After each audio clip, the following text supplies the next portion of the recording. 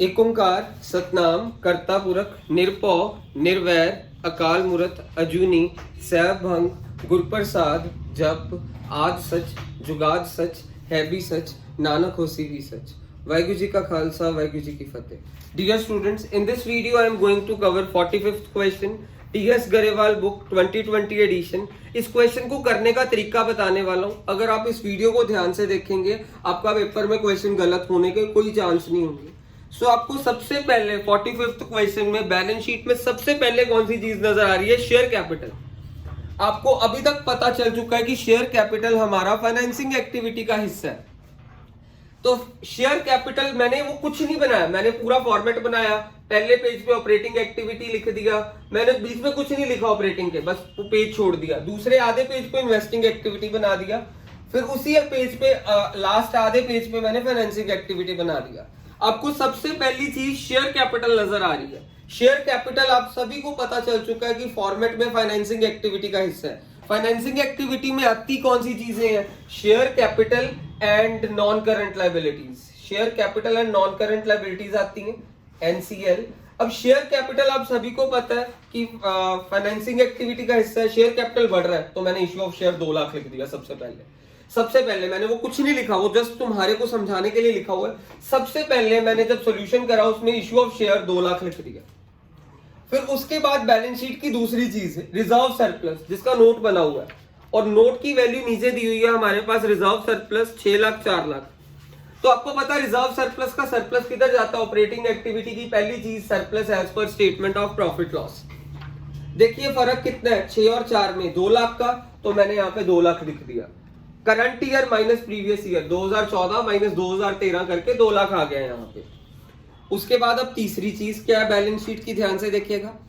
तीसरी चीज है बैलेंस शीट में लॉन्ग टर्म बोरोइंग। वो नॉन करंट लायबिलिटी का हिस्सा है। मैंने आपको बोला था फाइनेंसिंग एक्टिविटी की में 2 चीजें आती हैं, शेयर कैपिटल और नॉन करंट लायबिलिटी। तो long term borrowing non current liability की है, बोरोइंग बढ़ रही है, मींस आपने कहीं से कर्जा उठाया है। कर्जा उठाया मींस आपके पास पैसा आया है। जब पैसा आता है तो आप प्लस कर देते हैं। आपका कितना कर्जा बढ़ा? 1,40,000। आपने डिफरेंस करा 4,80,000 माइनस 3,40,000, 1,40,000 हुआ, तो मैंने यहाँ पे लिख दिया। ये सब कुछ मैंने कुछ पहले वैसे आपके लिए लिखा हुआ है तुम्हारी ईज के लिए, बट आपने सबसे पहले इश्यू ऑफ शेयर लिखा, फिर सरप्लस लिखा, फिर अब क्या लिखा हमने थर्ड नंबर पे? Raising of long term borrowing 1,40,000। अब अगली चीज है करंट लायबिलिटी। आपको पता करंट लायबिलिटी कहां पे जाती है? डायल दलिया में। ऑपरेटिंग एक्टिविटी के डायल दलिया में आपने ले जाना है इसको। तो ऑपरेटिंग एक्टिविटी का डायल दलिया देखिए ये रहा। सो आपने सरप्लस लिख चुके हैं अभी तक, ये भी कुछ नहीं लिखा, आपने जगह छोड़ देनी है पेपर में। तो आपने डायल दलिया लिखना है। डायल दलिया में आपने देखा कि ये सारी ट्रेड पेबल की हमारी कम हो रही है, इसलिए डिक्रीज इन करंट लायबिलिटी में जाएगा ट्रेड पेबल 50,000। और उसके बाद आपका शॉर्ट टर्म प्रोविजन ये भी कम हो रहा है, डिक्रीज इन करंट लायबिलिटी के कारण हमारा शॉर्ट टर्म प्रोविजन भी यहां पे चला गया। आप फिर ये लिखेंगे, ट्रेड पेबल लिखेंगे, फिर आप क्या लिखेंगे? शॉर्ट टर्म प्रोविजन लिखेंगे। डायल दलिया में जाती है करंट एसेट्स करंट लायबिलिटीज। फिर अगली चीज देखिएगा, आपके पास नॉन करंट एसेट्स है। ये पॉइंट ध्यान से समझिएगा, नॉन करंट एसेट्स वाला। नॉन करंट एसेट्स हमारे कहां पे जाते हैं? इन्वेस्टिंग एक्टिविटीज में। नॉन करंट एसेट्स हमारे इन्वेस्टिंग एक्टिविटीज में जाते हैं। तो अब इस पॉइंट में काफी ज्यादा, इस क्वेश्चन में काफी पॉइंट्स है। आपको सबसे पहले तो एडजस्टमेंट दी हुई है। एडजस्टमेंट को ध्यान से देखिएगा। 48,000 की मशीन थी, मींस उसकी बुक वैल्यू 48,000 थी ओरिजिनल बुक वैल्यू। उस पे आज तक total depreciation, accumulated depreciation means उस पे आज तक टोटल डेप्रिसिएशन 32,000 की लग चुकी है। मींस वो मशीन कितने की है? 16,000 की। हमने 16,000 वाली मशीन कितने में बेची? 12,000 में। मींस हमारा नुकसान कितना हुआ? 4,000 का। सो मींस मैंने बेची कितने की? सेल कितने की करी? 12,000 की। मैंने सेल ऑफ मशीनरी, सेल करने नाल पैसा आंदा सी प्लस कर दिता। ਹੁਣ ਜੇ ਮੈਂ ਕੱਲਾ ਟੈਂਜੇਬਲ ਐਸੈਟਸ ਨੂੰ ਦੇਖਾਂ, ਸਾਲ ਦੀ ਸ਼ੁਰੂਆਤ ਦੇ ਵਿੱਚ ਮੇਰੇ ਟੈਂਜੇਬਲ ਐਸੈਟ ਦਾ ਨੋਟ ਦਿੱਤਾ ਨਾ, ਅਸੀਂ ਨੋਟ ਵਿੱਚ ਦੇਖਾਂਗੇ।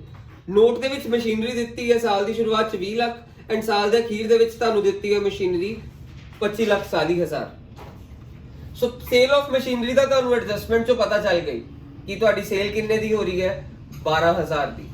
ਸੋ ਐਡਜਸਟਮੈਂਟ ਆਪਾਂ 12,000 ਦੇਖੀ, 12,000 ਦੀ ਸੇਲ ਮਸ਼ੀਨਰੀ ਵਿਕ ਰਹੀ ਹੈ, ਪੈਸਾ ਆ ਰਿਹਾ ਸੀ, ਪਲੱਸ ਕਰ ਦਿੱਤਾ।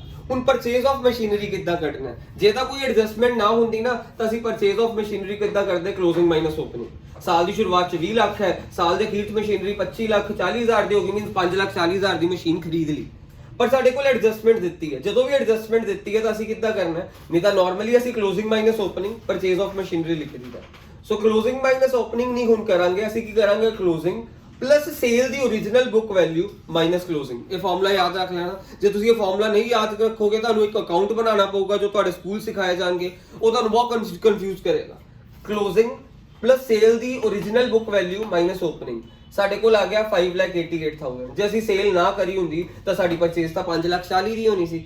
ਸੋ ਫਾਰਮੂਲਾ ਕੀ ਹੈ ਤੁਹਾਡਾ ਪਰਚੇਸ ਆਫ ਮਸ਼ੀਨਰੀ ਕੱਢਣ ਦਾ? ਕਲੋਜ਼ਿੰਗ ਪਲੱਸ ਸੇਲ ਦੀ original book value minus opening. ਤੁਹਾਡੇ ਕੋਲ 5,88,000 ਆ ਗਿਆ। ਉਸ ਤੋਂ ਬਾਅਦ ਅਸੀਂ ਜਦੋਂ ਕਰ ਰਹੇ ਸੀਗੇ ਨੀਚੇ ਜਦੋਂ ਅਸੀਂ ਦੇਖਿਆ ਨੋਟ ਟੂ ਅਕਾਊਂਟ ਦੇ ਵਿੱਚ ਸਾਨੂੰ ਨਜ਼ਰ ਆ ਰਿਹਾ ਐਕਿਊਮੂਲੇਟਿਡ ਡੈਪਰੀਸੀਏਸ਼ਨ ਵੀ ਨਜ਼ਰ ਆ ਰਿਹਾ। ਐਕਿਊਮੂਲੇਟਿਡ ਡੈਪਰੀਸੀਏਸ਼ਨ ਸਾਲ ਦੀ ਸ਼ੁਰੂਆਤ 'ਚ ਕਿੰਨੀ ਸੀ? 3 ਲੱਖ। ਸਾਲ ਦੇ ਅਖੀਰ 'ਚ ਕਿੰਨੀ ਹੋ ਗਈ? 4 ਲੱਖ। ਡਿਫਰੈਂਸ ਕਿੰਨਾ ਹੋਇਆ? 1 ਲੱਖ। ਤੁਹਾਨੂੰ ਪਤਾ ਡੈਪਰੀਸੀਏਸ਼ਨ ਕਿੱਥੇ ਜਾਂਦੀ ਹੈ? ਆਪਰੇਟਿੰਗ ਐਕਟੀਵਿਟੀ ਦੇ ਇੱਥੇ non operating non cash expenses. Depreciation ਜਾਣੀ ਕਿੰਨੀ ਚਾਹੀਦੀ ਸੀ? 1 ਲੱਖ, ਪਰ ਮੈਂ 32,000 ਪਲੱਸ ਕਰੀ, ਐਡਜਸਟਮੈਂਟ 'ਚ ਵੀ ਡੈਪਰੀਸੀਏਸ਼ਨ ਦਿੱਤੀ ਹੈ 32,000 ਦੀ, ਇਸ ਲਈ 1,32,000 ਲਿਖ ਦਿੱਤੀ।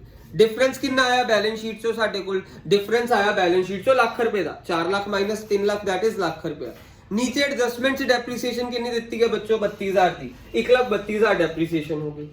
अगला पॉइंट देखो इंटेंजिबल एसेट्स। इंटेंजिबल एसेट्स दा नीचे ਤੁਹਾਨੂੰ वर्किंग नोट ਦਿੱਤਾ और ਕੀ ਕਹਿੰਦੇ ਨੋਟਸ ਟੂ ਅਕਾਊਂਟ ਦੇ ਵਿੱਚ ਗੁੱਡਵਿਲ ਦਿੱਤਾ। ਕਿੰਨਾ ਗੁੱਡਵਿਲ ਤੁਹਾਨੂੰ? ਸਾਲ ਦੀ ਸ਼ੁਰੂਆਤ ਦੇ ਵਿੱਚ ਹੈਗਾ ਤੁਹਾਡੇ ਕੋਲ ਗੁੱਡਵਿਲ 2,24,000। ਸਾਲ ਦੇ ਐਂਡ ਵਿੱਚ ਕਿੰਨਾ ਹੋ ਗਿਆ ਤੁਹਾਡੇ ਕੋਲ goodwill? 80,000। So goodwill written off मैं लिख देता, मेरे को घट रही है current year minus previous year. So एक मेरे को घट रही सी गुडविल 1,44,000 ਦੇ ਨਾਲ ਮੈਂ ਇੱਥੇ ਲਿਖ ਦਿੱਤੀ। ਹੁਣ ਇੱਕ ਚੀਜ਼ ਸਾਡੇ ਕੋਲ ओरिजिनल बुक वैल्यू ਕਿੰਨੇ ਸਿੱਧੀ ਸੀ? 48,000 ਦੀ ਮਸ਼ੀਨ ਸੀ, ਉਹਦੇ ਤੇ ਡੈਪਰੀਸੀਏਸ਼ਨ ਟੋਟਲ ਕਿੰਨੀ ਲੱਗ ਚੁੱਕੀ ਹੈ? 32। ਮੀਨਸ ਮਸ਼ੀਨ ਕਿੰਨੀ ਰਹਿ ਗਈ? 16,000 ਵਾਲੀ ਮਸ਼ੀਨ ਕਿੰਨੇ ਚ ਵੇਚੀ? 12,000 ਚ। ਮੀਨਸ ਸਾਡਾ ਨੁਕਸਾਨ ਕਿੰਨਾ ਹੋ ਗਿਆ? 4,000 ਦਾ। ਧਿਆਨ ਨਾਲ ਦੇਖਣਾ ओरिजिनल बुक वैल्यू कितनी सी? 48। ਅਸੀਂ ਡੈਪਰੀਸੀਏਸ਼ਨ 32 ਦੀ ਲੱਗ ਚੁੱਕੀ ਹੈ ਟੋਟਲ। 16 ਦੀ ਮਸ਼ੀਨ ਰਹਿ ਗਈ ਸੀ, 16 ਵਾਲੀ ਮਸ਼ੀਨ 12 ਚ ਵੇਚੀ ਨਹੀਂ, ਸਾਡਾ ਨੁਕਸਾਨ 4,000 ਦਾ ਹੋਇਆ। ਅਸੀਂ 4,000 ਕਿੱਥੇ ਲਿਖ ਦਿੱਤਾ? Loss on sale of fixed assets ਦੇ ਵਿੱਚ। ਸੋ ਸਾਡੇ ਕੋਲ ਸਾਰਾ ਆਪਰੇਟਿੰਗ ਐਕਟੀਵਿਟੀਜ਼ ਖਤਮ ਹੋ ਗਿਆ। ਹੁਣ ਆਪਾਂ ਦੇਖਦੇ ਹਾਂ ਹੋਰ ਕੁਝ ਰਿਹਾ ਆਪਣਾ। ਸੋ ਕਰੰਟ ਐਸੈਟਸ ਰਹਿ ਗਏ। ਹੁਣ ਨੀਚੇ ਆਪਾਂ ਨਾਨ ਕਰੰਟ ਐਸੈਟਸ ਦੇ ਵਿੱਚ ਸੀਗੇ ਇੰਟੈਂਜੀਬਲ ਐਸੈਟਸ। ਕਰੰਟ ਐਸੈਟਸ ਸਾਰੇ ਕਿੱਥੇ ਜਾਂਦੇ? ਡਾਇਲ ਦਲੀਆ ਦੇ ਵਿੱਚ। ਸੋ ਹੁਣ ਆਪਾਂ ਇਹਨਾਂ ਨੂੰ ਡਾਇਲ ਦਲੀਆ ਚ ਪਾ ਦੇਵਾਂਗੇ। ਸੋ ਕਰੰਟ ਐਸੈਟਸ ਸਾਰੇ ਡਾਇਲ ਦਲੀਆ ਚ ਜਾਂਦੇ, ਸਿਰਫ ਦੋ ਕਰੰਟ ਐਸੈਟਸ ਡਾਇਲ ਦਲੀਆ ਚ ਨਹੀਂ ਜਾਂਦੇ। ਕਿਹੜੇ? ਕੈਸ਼ ਐਂਡ ਕੈਸ਼ ਇਕੁਇਵਲੈਂਟ ਤੇ ਕਰੰਟ ਇਨਵੈਸਟਮੈਂਟਸ। ਸੋ ਸਾਡੇ ਕੋਲ ਇਨਵੈਂਟਰੀ ਸਾਡੀ ਇਨਕਰੀਜ਼ ਕਰ ਰਹੀ ਸੀਗੀ, ਇਸ ਲਈ ਇੱਥੇ ਦਲੀਆ ਚ ਗਈ, ਮਾਈਨਸ ਲਿਖ ਦਿੱਤੀ। 16,000 ਨਾਲ ਇਨਕਰੀਜ਼ ਕਰ ਰਹੀ ਸੀ। ਟ੍ਰੇਡ ਰਿਸੀਵੇਬਲ ਇਨਕਰੀਜ਼ ਕਰ ਰਹੇ ਸੀ 54,000 ਨਾਲ, ਅਸੀਂ ਇੱਥੇ ਲਿਖ ਦਿੱਤਾ 54,000। ਤੇ ਸਾਡੇ ਕੋਲ ਹੁਣ ਆ ਸਾਰਾ ਕੁਝ ਖਤਮ ਹੋ ਗਿਆ। ਜੋ ਕੁਐਸਚਨ ਚ ਦਿੱਤਾ ਸੀ ਆਪਣਾ ਖਤਮ ਹੋ ਗਿਆ। ਹੁਣ ਆਪਾਂ ਸਾਰਾ ਕੁਐਸਚਨ ਨੂੰ ਖਤਮ ਕਰਦੇ ਹਾਂ। ਸੋ ਕੁਐਸਚਨ ਹੁਣ ਕਿੱਦਾਂ ਖਤਮ ਹੋਏਗਾ? ਪਹਿਲਾਂ ਆਪਰੇਟਿੰਗ ਐਕਟੀਵਿਟੀਜ਼ ਦਾ ਆਪਣਾ ਇੱਥੇ ਆਊਗਾ net profit before tax and ਐਕਸਟਰਾਆਰਡੀਨਰੀ item. ਫਿਰ ਉਸ ਤੋਂ ਬਾਅਦ ਉਹਦੇ ਚਾਰ ਸਾਰੀਆਂ ਚੀਜ਼ਾਂ ਪਲੱਸ ਕਰਕੇ ਸਾਡੇ ਕੋਲ profit before working capital changes 4,80,000। ਚਾਰ ਸਾਰੀਆਂ ਚੀਜ਼ਾਂ ਪਲੱਸ ਕਰਕੇ ਕੀ ਆ ਗਿਆ? Profit after working capital changes. ਉਹਦੇ ਚ ਪ੍ਰੋਵੀਜ਼ਨ ਫॉर ਟੈਕਸ ਮਾਈਨਸ ਕਰ ਦਾਂਗੇ, ਸਾਡੇ ਕੋਲ ਕੀ ਆ ਜਾਏਗਾ? ਜੇ ਪਲੱਸ ਆਇਆ ਆਨਸਰ ਜਿੱਦਾਂ ਅਸੀਂ ਲਿਖਾਂਗੇ cash flow from operating activity 3,06,000। ਫਿਰ ਇਨਵੈਸਟਿੰਗ ਐਕਟੀਵਿਟੀਜ਼ ਚ ਵੀ ਸਾਡੇ ਕੋਲ ਦੋ ਹੀ ਚੀਜ਼ਾਂ ਸੀਗੀਆਂ। ਤੁਹਾਡਾ ਪਲੱਸ ਮਾਈਨਸ ਕਰਕੇ ਮਾਈਨਸ ਆ ਰਿਹਾ 5,76,000। ਤੁਸੀਂ ਲਿਖੋਗੇ cash used in investing activities minus 5,76,000। Financing activity ਦੀ ਆ ਦੋ ਚੀਜ਼ਾਂ ਸੀਗੀਆਂ, ਤੁਹਾਡਾ ਆਨਸਰ ਪਲੱਸ ਚ ਆ ਰਿਹਾ, ਤੁਸੀਂ ਕੀ ਲਿਖਿਆ? Cash flow from financing activity. ਹੁਣ ਤੁਹਾਡਾ ਲਾਸਟ ਸਟੈਪ ਪੇਪਰ ਦੇ ਵਿੱਚ ਚੈੱਕ ਕਰਨਾ ਕਿ ਤੁਸੀਂ ਗਲਤ ਕਰਿਆ ਕਿ ਸਹੀ ਕਰਿਆ। ਉਹਨੂੰ ਚੈੱਕ ਕਰਨ ਦਾ ਤਰੀਕਾ ਕੁਝ ਇਸ ਤਰ੍ਹਾਂ, ਪਹਿਲਾ ਆਨਸਰ ਪਲੱਸ ਦੂਜਾ ਆਨਸਰ ਪਲੱਸ ਤੀਜਾ ਆਨਸਰ। ਪਹਿਲਾ ਆਨਸਰ 3,06,000 ਆਇਆ, ਦੂਜਾ ਆਨਸਰ ਆਇਆ 5,76,000 ਉਹ ਵੀ ਮਾਈਨਸ ਦੇ ਵਿੱਚ, ਤੀਜਾ ਆਨਸਰ ਕੀ ਆਇਆ? 3,40,000। ਇਹਨਾਂ ਨੂੰ ਪਲੱਸ ਮਾਈਨਸ ਕਰਕੇ ਸਾਡੇ ਕੋਲ ਪਲੱਸ 70,000 ਆ ਰਿਹਾ। ਜੇ ਪਲੱਸ 70,000 ਆ ਰਿਹਾ ਮੈਂ ਲਿਖਾਂਗਾ net increase in cash and cash equivalent.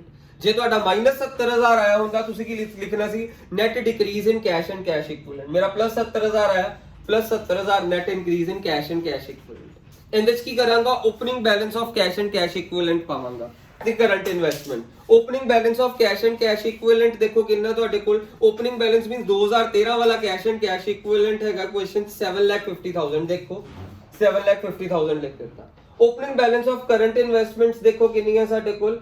3 lakh. ਮੈਂ ਤੇ 3 ਲੱਖ ਲਿਖ ਦਿੱਤਾ। ਇਹਨਾਂ ਤਿੰਨਾਂ ਨੂੰ ਪਲੱਸ ਕਰਕੇ ਆ 11,20,000। ਹੁਣ ਆਪਾਂ ਨੂੰ ਪਤਾ ਕਿੱਦਾਂ ਚੱਲੇਗਾ ਆਪਾਂ ਸਹੀ ਕਰਿਆ ਕਿ ਗਲਤ? ਬੈਲੈਂਸ ਸ਼ੀਟ 'ਚ ਦੇਖੋ closing balance of cash and cash equivalent ਤੇ ਕਰੰਟ ਇਨਵੈਸਟਮੈਂਟ ਕਿੰਨੀਆਂ ਦੇਖੋ 640 ਦਿੱਤੀ ਹੈ 2014 ਦੇ ਵਿੱਚ ਕੈਸ਼ ਐਂਡ ਕੈਸ਼ ਇਕੁਇਵਲੈਂਟ ਤੇ ਕਰੰਟ ਇਨਵੈਸਟਮੈਂਟ ਕਿੰਨੀ ਦਿੱਤੀ ਹੈ 480। ਦੋਨਾਂ ਨੂੰ ਪਲੱਸ ਕਰਕੇ 11,20,000 ਹੀ ਆ ਰਿਹਾ। ਸੋ ਆਪਾਂ ਨੂੰ ਪਤਾ ਚੱਲ ਜਾਏਗਾ ਕਿ ਆਪਾਂ ਕੁਐਸਚਨ ਗਲਤ ਕਰਿਆ ਕਿ ਸਹੀ ਕਰਿਆ। That's it.